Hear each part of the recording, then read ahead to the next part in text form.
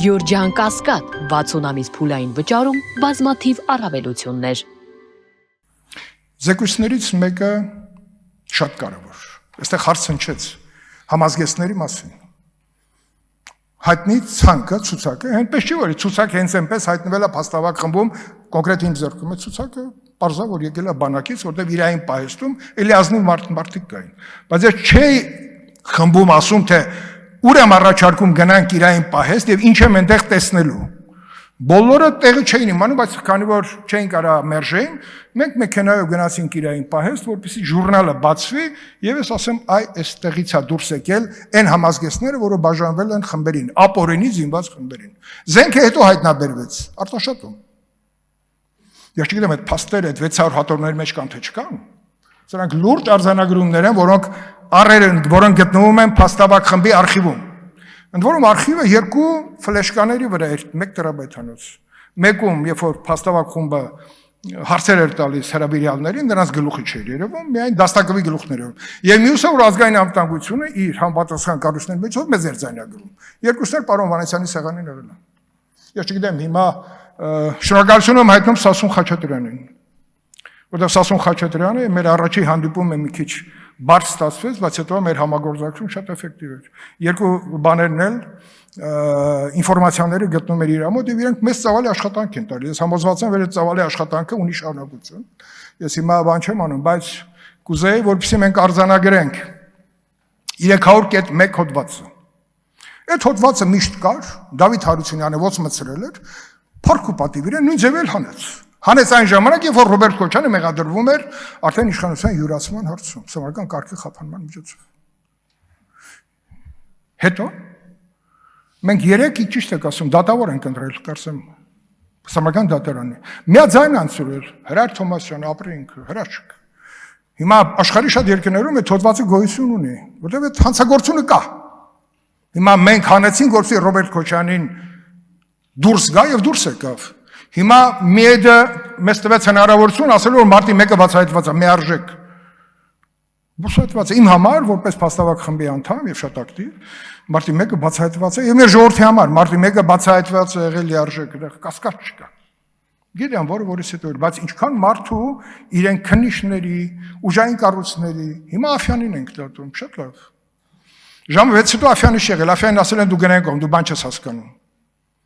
Բայց դեպքում կառավարության շտաբը ինչ արել։ Տիգրան Թորոսյանը այստեղից ծծվում էր։ Ավտոմոբիլների հանում են ավտոների հետևից կրակում են, հետո ումյատարի տղաժան ով է քեզ ասել կրակել են։ Վերջի ոչ մի փաստ չգտնվեց, որ ավտոմատ հանել են ցուցաներ եւ կրակել են։ Նռնակը այդպես էլ չհայտնաբերվեց այդ ցուցարը չի հայտնաբերվել։ Մի հատ հետո ինչ որ մի հատ ծուռ ավտոմատ են գտել, ասել են էդի ոնց որ թե ցուցարի մոտ էր, բայց Խաչատրյանի բանը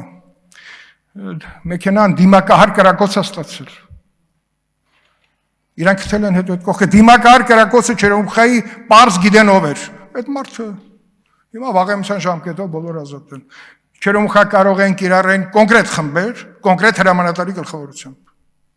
Հիմա դուք միանգամից երբ որ Քլույանը կարդացել էր մեր այդ զեկույցը հատուկ միջոցների, միանգամից հասկացել էր իր տղային ով կարար խփացել էր։ Ճիշտ եմ հիշում։ Միանգամից, դա պարզ էր, բայց քննությամբ կարելի էր դա հասնել։ Հիմա նա էլ իդենտիֆիկացվում է այդ կրակոցը, չի իդենտիֆիկացվում։ Եվ որան նշեց մի իրավական լուծում։ Մենք կգնանք այդ ճանապարհով։ Չէ, եթե մենք գնանք այս դետալներով, մարտի 1-ի բացահայտումը, ինչքան էլ մի է դասի որ բացահայտված է, որտեղ կառավարման շղթայի մեջ պետք է գտնել։ Ինքը մնալու է այդպես էլ բան են գալու, հետո բան է լինելու, այսպես գնալու ենք։ Առանձին դրվագներ է լինելու։ Այդ դրվագներով ինչ մեղադրանք կլինի, չգիտեմ, բայց եկեք գնանք ավելի պարզ ճանապարհով։ Մեդը տվել է մեզ այդ հնարավորությունը։ Եկեք 300.1-ը կարող է հիմա բարդ իրավական մեխանիզմներով, չգիտեմ, մենք կմոտենանք այդ հոդվածին ունենալու, բայց դրա փոխարեն կա մեկ այլ հոդված, որը մեզ տալիս է հնարավորություն բանանելու։ Գամ Տիգրան Աբգարյանի սպանությունը։ Ջայլ տղա ներքին զորքերի։ Ես ասում դիպուկարը հայտնվեց այն ժամանակ, երբ որ չէր բացատրվում ով խփեց Տիգրան Աբգարյանին, շարքը կանգնած է Լեո փողոցում։ Դա խփեցին, մեկ էլ շերիֆը նկարագրում է, որ իրան զեկուցեցին, տեսան դիպուկահարին կրակեց, հետո սողալով գնաց։ Հիմնավոր չի։ ծիծաղելի է։ Եվ այս ամբողջը ունեցել է իր ղեկավարները, ճարտարապետները, հանրապետության նախագահի գլխավորությամբ, 3 շտաբները, առավոտյան Ազատության հրապարակը, մեռանք ասելով ժամը 6:35 ասկսե, ասում է, չէ, դուք ձեր ժամացը սխալ աշխատել, ժամը 7-ին է։ Ինչա որ քրեական օրենսգրքում գրված է, որ քննչական գործողությունները պետք է լինի ժամը 7-ին։ Կազմակերպված էր, չէ՞։ Ակնհայտը ասում են, չէ, չի եղել։ Թամամյան հովիկը ուրեմն զենքեր էր գտնում, չգիտեմ ինչ որ շպրտած զենքեր, բայց այդպես էլ այդ կտրող, ծակող, փայտերը, գործիքները, քարերը, ով դրեց, ինչ արեց, մեղադրյալ կա թե չկա, չգիտեմ։ Բայց քաղբանտարկյալներ 100-ից ավել մեր ինքերները։ Մեկ-մեկից պայծառ տղաներ, որոնք կանգնել էին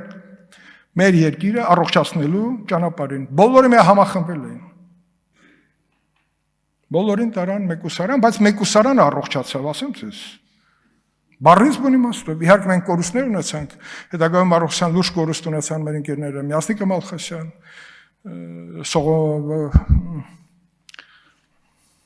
եւ այդպես։ Շատերը նաեւ կյանքը կորցրեցին։ Հիմա գալիս ենք, արդարություն ենք փնտրում, արդարությունն էլ է մեր ձեռքին։ Հարգելի գործընկերներ, մի դե տվել է հնարավորությունը։ Տվել է եկեք օգտվենք եւ ակնկալում եմ, որ այսքան տարիներից հետո այդ հնարավորության իրավական ձևակերպումները պետք է գտնենք թե պարլամենտի, թե արտադրության նախարարության, թե ուրեմն գլխավոր դատախազության, թե քննչական մարմինների, որոնց աշխատանք երկու ղեկավարները շատ բարձր են գնահատում։ Հատկապես, երբ որ ազգային անվտանգությունը Պողոսյանը ղեկավարում էր, այնտեղ իրենց փոքր խմբով իրանք շատ ավելի նյութական մեր կորուստները հետ բերելու հնարավորություններ են ունենում։ Հատուկ քննչական ծառայությունը, որ դարձավ նաև հակակոռուպցիոն կոմիտե, այսօր էլ այդ հատորները պետք է դարձնեն այնպիսին, որ մենք մեր խնդիրը կարողանանք լուծենք։ Տիգրան Աղբարյանը ասացի, չէ՞, ամենահրեշավոր բաներ։ Կադրերը դնում ենք, ասում ենք, նայեք, սպան ոստիկանության դիպուկահար հետևից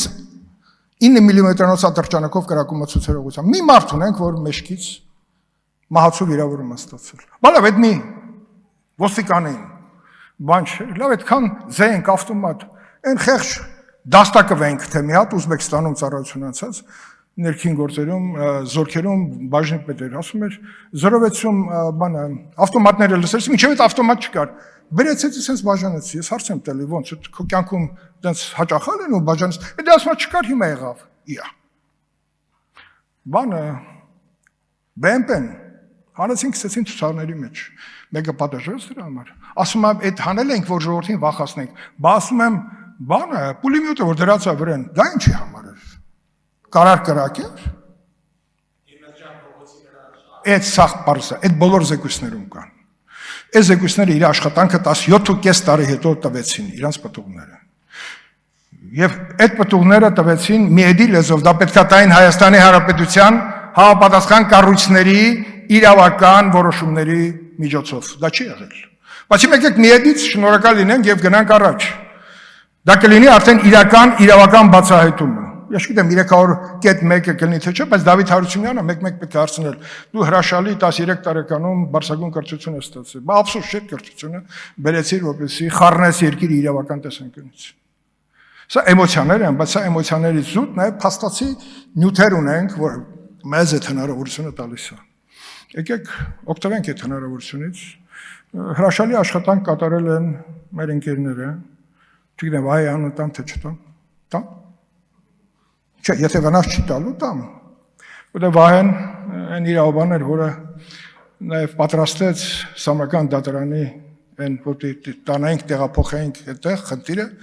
եւ քանի որ Սամրական դատարանի վրա վստահ չեն, որտեղ 2003-ին Սամրական դատարանը այնուամենայնիվ կայացրել է Ռոբերտ Քոչանին ոչ հաճելի որոշում։ Չէ, հանակվի հետ կապված։ Իրանք այդտեղ էլ ռիսկ տեսան, ասին, արի այլավ ավտոմատներով շարվենք պատերի տակ ներսում, հանկարծ դատավորների մտքով ուրիշ բան չանցնի։ Ուրիշ բաներ էլ կարամ ասեմ, բայց եթե քննությանը հետաքրի, ես կարող եմ գնալ ձեր մոտ կամ եւ ասեմ այդ օրը, որ դատավորի հետ ինչ ճնշում է եղել։ Այն ինֆորմացիան, որ ես տիրապետում եմ որպես փաստավակ խմբի անդամ։ Կարծում եմ դա ձեզ շատ կհետաքրքրի։ Այսքանն է ուզում ասել, եկեք այս լսումները դարձնենք մեզ մարտի 1-ը էջը փակելու հնարավորություն։ Շնորհակալություն զեկույցի համար, քանի որ դուք ձեր ժամանակը սպառել եք, պարոն Քոչարյան, Նստեմ։ 20 րոպեն սպառել եք, ես ձեզ պետք է խնդրեմ մեկ հարցի հնարավորություն եւ եթե կա հարց պարոն Քոչարյանին, ըստ էության դուք ամբողջությամբ ներկայացրեցիք։ Դեռ քիչ ներկայացրեցին, չես ասում։ Լավ, իշուր է։ Շնորհակալություն պարոն Քոչարյան, 2008 թվականի մարտի 2-ին ինձ բերման են ենթարկել Մաշտոցի ոստիկանական բաժանմունք, Սուրբ Սարգիս եկեղեցու հետևին է, եթե չեմ սխալվում, Մաշտոցի բաժինն է, չէ՞։ Այնտեղ ինձ բերման են ենթարկել եւ ես իմ աչքով եմ ականատես եղել, թե բերման ենթարկվածների նկատմամբ ինչ վարկագիծ էին դրսևորում ոստիկանները։ Հրեշավոր դեպք պատմես։ Անձամբ եմ ականատես եղել, նույնիսկ հաշվի չառնելով տարեց մարդկանց, կանանց, մի խոսքով այդ բռնությունները ինչ որ կիրառվել է ոստիկանության կողմից, ես անձամբ ականատես եմ եղել, ինչ է կարծում, պետք չի որ հենց ոստիկանության համակարգում լյուստրացիա իրականացվի եւ հենց այդ մասով ովքեր այն ոստիկանները, անգամ շարքային սերժանտ կամ բարձրաստիճան պաշտոնյա, ովքեր ակտիվ մասնակցություն են ունեցել այդ ամենին, իրավունք չունեն, հիմա գոյություն ունեն այդ ոստիկանները, կան ու նրանցից շատերը համակարգում նորից աշխատում են։ Արդյոք նրանք իրավունք ունեն շարունակելու աշխատել համակարգում։ Ոստիկանության համակարգում ոչ նրանք ուսադիր կրող են եւ ստացել են ապօրինի հրամաններ։ Հիշում եք Միքայել Հարությունյանին կորսված գանում ես ասում եմ, պարոն նախարար, այս ինչ հրամաններ ես տվել։ Հակասահմանադրական, ասում Անդրանիկ, ինչի ես ինձի հարցնում, ասում ում հարցնում, դու ես նախարարը։ Հիմա ինքը Մոսկվայում է, եւ բոլորն են փախած այդ ուժայինները։ Հիմա բանակի 0038 հրամանել ասեմ, որ կիսատ չմնա։ Այդ 0038 հրամանը վստահելով մեզ փոխանցել են ինձ։ Դա պետք է աներ իրավապահ համակարգը գտնեին այդ հրամանը, նույնիսկ հրամանի զեկույցի գոյության պարագայում այդ զեկույցը շարունակում է դեռ sense առեղծվածային բաներ ունենալ։ Երբ որ ես ասեցի, բանակի օգտագործումը չէր կարող Ռոբերտ Քոչյանը եթե ռազմական դրություն չմտցներ։ Այդ ժամանակ գործող սահմանությամբ Տիկին դատախազ Ռոբերտ Քոչյանը սահմանությունը խախտել է։ 030 հրամանի մասին եմ ասում։ Ինքը չէր կարող առանց ռազմական դրության պարագայում բանակը մտցներ քաղաք։ Իսկ դա ոչ միայն արձանագրված էր, դա տեսանելի էր։ Ես կարծում եմ, որ Ռոբերտ Քոչյանի մեղադրականը իհարկե հիմա, չգիտեմ, ինչ բնույթ է կրում, բայց իշխանության յուրացումը իմ համար ակնհայտ է։ Ոստիկանությունում, այո, նաև սերնդափոխություն է տեղի ունեցել, նաև ոչ միայն կադրային փոփոխություններ են եղել, ոստիկանությունը նաև կառուցվածքային լուրջ փոփոխություններ է ենթարկվել։ Եվ նոր երիտասարդ սերունդ է վարսացել, որից մեկը փոխնախարար այստեղ նստած է։ Եվ ես կարծում եմ, որ մեր կադրային քաղաքականությունը պետք է այնպես իրականացվի, որ մարդուն չտանենք ապօրինի հրամանների կատարման ճանապարհով։ Շնորհակալություն, պարոն Քոչարյան, զբաղեցրեք ձեր։ Շնորհակալ եմ։